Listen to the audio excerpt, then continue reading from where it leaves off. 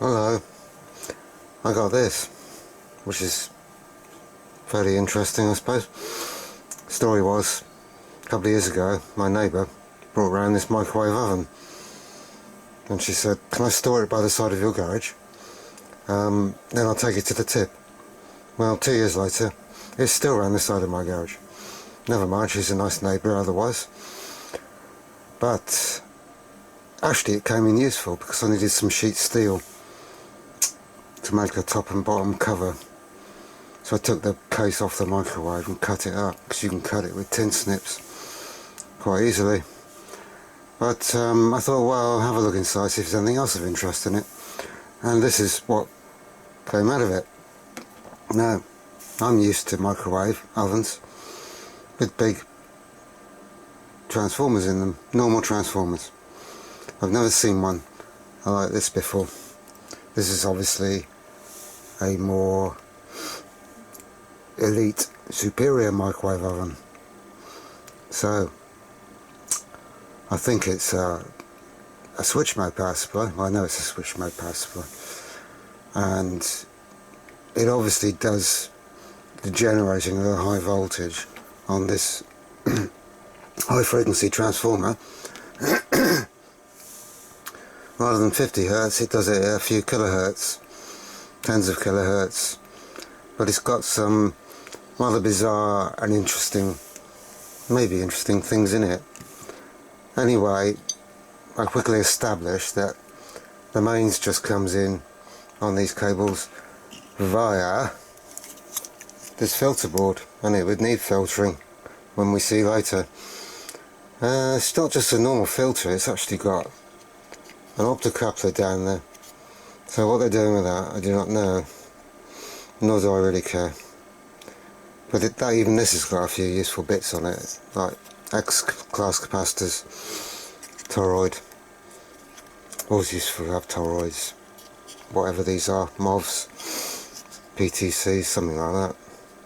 Usual sort of rubbish. But having a look at this thing, which I have had turned on earlier, so hopefully it's not still live. But I did establish that the mains comes in on these wires, which I've soldered onto. And then it goes straight into a bridge rectifier, which is bolted on the heatsink. But there's no signs of a big filter capacitor that you would normally have after a rectifier. All I can see that's near there is that piddly little thing down there. Little black one. Light's not in the very best position. That's a bit better maybe. So we've got that bridge rectifier on there, rectifying the mains. Then they must shove it straight on the transformer. I don't know. But over here we've got a big black thing, which I assume would be a MOSFET. Well, it's marked on the board. Gate collector emitter. So that must be an IGBT. In other words, it's a strange cross between a FET and a transistor. It's got a normal transistor handling the high current, but it's got a FET on the input, so it's high impedance input for whatever reasons. And it's got a few other interesting, it's got some bizarre things on this thing. It's got these black things, and I have absolutely no idea what they are. They were actually welded rather than soldered, so maybe they're temperature sensors, and two of them. And it's got some really lovely copper wiring in it.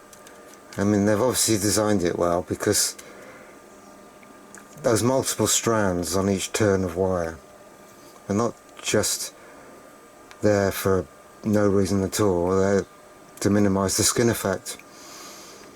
That's my idea anyway. And this thing's probably working around 25, 30, 50, 40 kilohertz, something like that. And then we've got another winding, which is probably a high voltage winding, down in there. maybe 2 windings in series. That's probably what it does. And that comes up into all these gubbins and a few colourful capacitors, which are always nice, and a weird thing there. That might be a very high, it says R701, and I'm guessing that's a very high resistance resistor.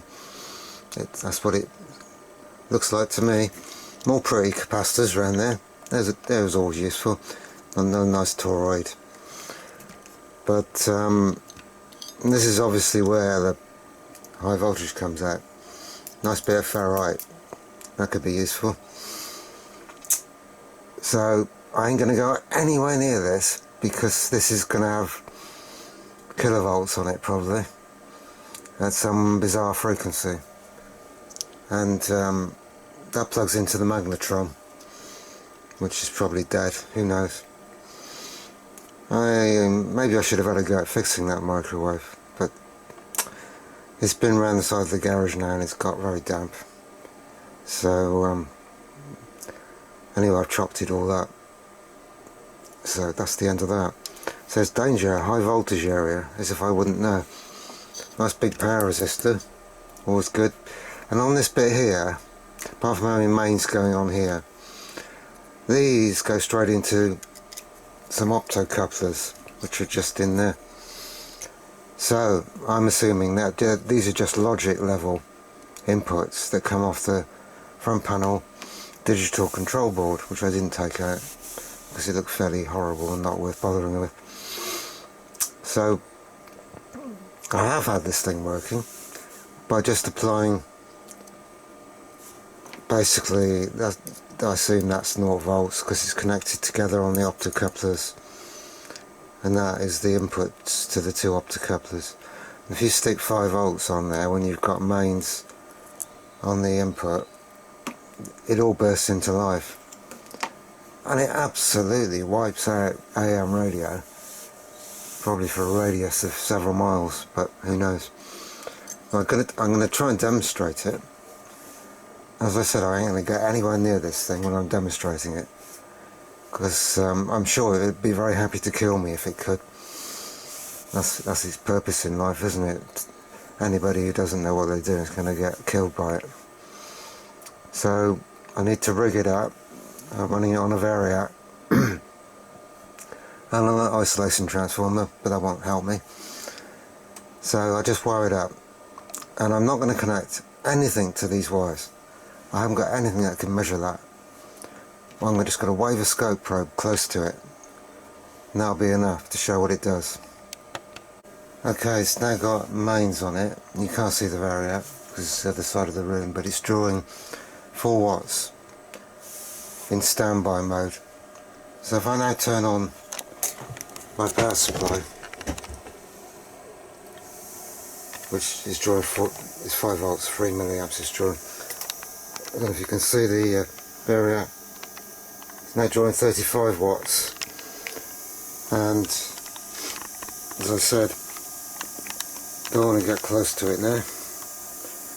I'll put my scope near it and look at the scope screen.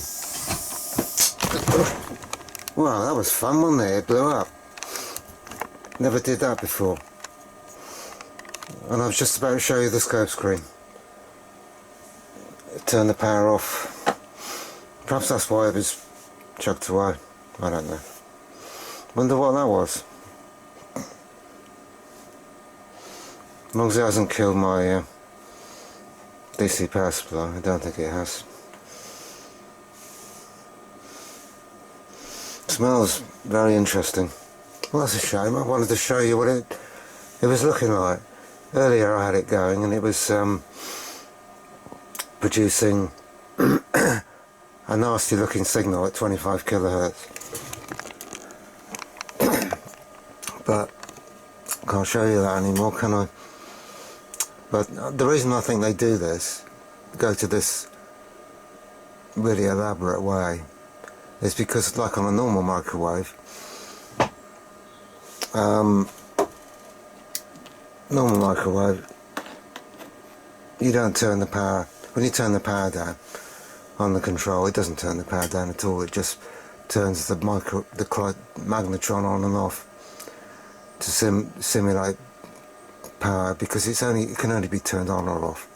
And I think that what they do in this thing is they pulse width modulate the high voltage to have better power control on the magnetron, which is probably a better way of doing it. Anyway, oh well, I can't show you it working anymore. I'm still frightened of it, just in case it's got voltages. It came from around here, something went bang. But it's dead now anyway. It was only going to get ripped to pieces. I could do some experiments with the transformer. I really don't know what went bang.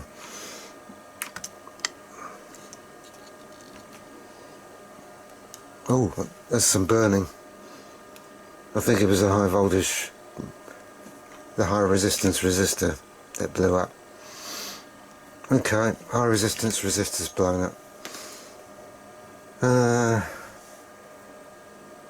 Should I take it out and look at it? No, not really worth the effort. Okay, just a quick video on a weird...